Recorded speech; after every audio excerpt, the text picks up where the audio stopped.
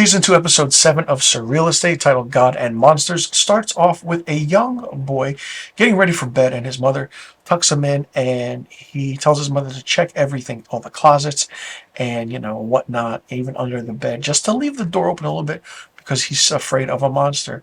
Now, his mother walks away, and then we see that he gets ready for bed, but he's clenching the cover and the sheets, and there's this weird voice of a monster that's under his bed says Dar. It kind of has a weird thing. We see that, and then it transitions, and the edit goes into the older self of this boy who's now an older man standing outside of his childhood home, and we then see a for sale sign by the Roman agency. All the while that's happening, there are different subplots in this episode, but it's mainly focused on Maurice. We then see him now, as I said, as he's older.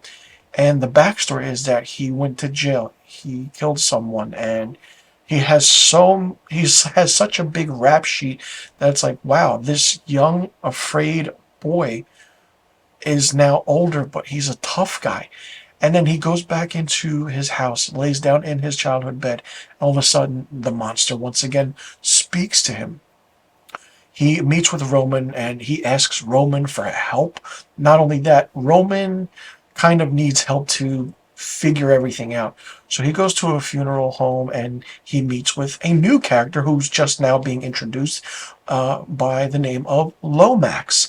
And she is, a former real estate agent who kind of, knows Roman in a way, but she works at the family funeral home, and, Roman kind of gives her a job, and Lomax is like, yeah, I'll do it. So all the while, we see that Lomax is set on another job by Roman to kind of have this older woman get out of an apartment complex or a condo area where they're all building up around her, but she doesn't want to leave, even though she's getting an enormous amount of money to do so. Lomax goes in, and we see pictures of different women on, the wall, but then it looks like this older woman. She serves tea to Lomax, she takes a knife, and then she literally stabs herself with the knife. And Lomax is just like, what the hell? Basically, the woman explains and finds out that she's lived for 500 years and she can't leave. And she's been living at this residence that she's at for 100 years. Lomax is still trying to figure everything out and what's going on. And it's kind of an interesting, kind of a funny moment where the older woman says, man, I remember after the war ended, and Lomax is like, which one? She's like, well, pick one. She goes out, and, the war's ended, everyone's celebrating, and then some Navy person grabs her and kisses her, and then she never, went back outside because she was afraid of anything. But then it's the whole aspect of immortality and what it is and how you see certain things with life happening and everyone dying around you, but you just living and living. They did not explain why she's living for so long, for 500 years. I would have loved to have seen that happen in that story, but it just didn't progress into anything further. We then see later on near the end of the episode, Lomax goes back to her with more pamphlets of more other places and homes to go see and to live at. Now, not only that, we then go back to Maurice, who speaks with Roman, and he has three things to do, and he talks to Roman in a way where Augie kind of in a way gives him a device to listen to, where Roman listens and tells Maurice to tell this monster to do something. He's like, no, there's that and that. They then go to a bar, and then Maurice is like, I have three things I want to do: sell my mother's house, beat this monster, and then go to Nevada to visit my daughter who's 19 years old. Because we know that and understand that now he has a brain tumor and he's trying to close everything out. And then he owes some people money, and people shoot at him outside of the home that he's at. So it's a whole conundrum of what else is happening.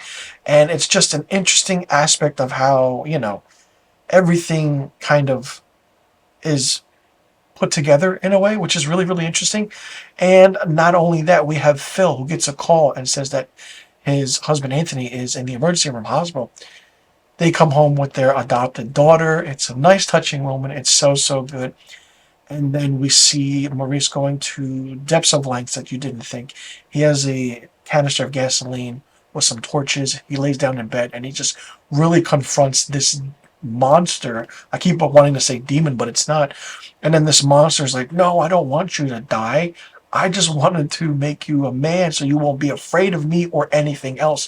Which is a really interesting turn of events, how the episode worked. I thought he did confront the monster that's under his bed, and it's like, huh, what? And then the monster's hand comes out, and it's a nice practical effect. It's an actual hand in makeup, and Maurice and the hand kind of like clasp fingers, and it's like you can see that they're both at ease and at peace.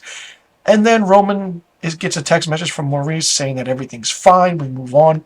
And then Roman reads the pamphlet or opens up the manila envelope that was given to him by Phil about Roman's mother and the statistics and everything of what's going on. It's like, oh, that case is coming back. Not only that, we see that Zoe goes to Susan's house, but Susan is not there at all. And Zoe is really, really worried. She tells Roman that, but Roman's like, don't worry about it. She's fine. She quits, whatever. And Zoe's like, no, you need to go see what happened.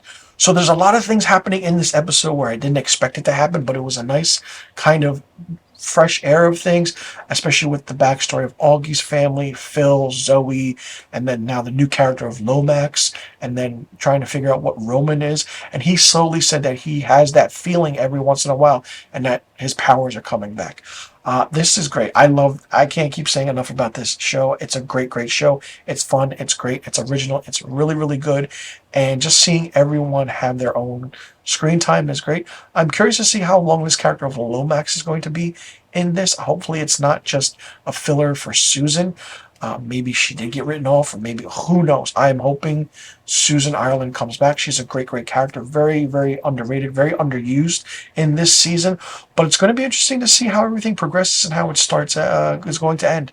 Definitely, for sure. And, what other kind of, crazy things will the characters get into? And, how will this progress this season? And will it be renewed for a third season?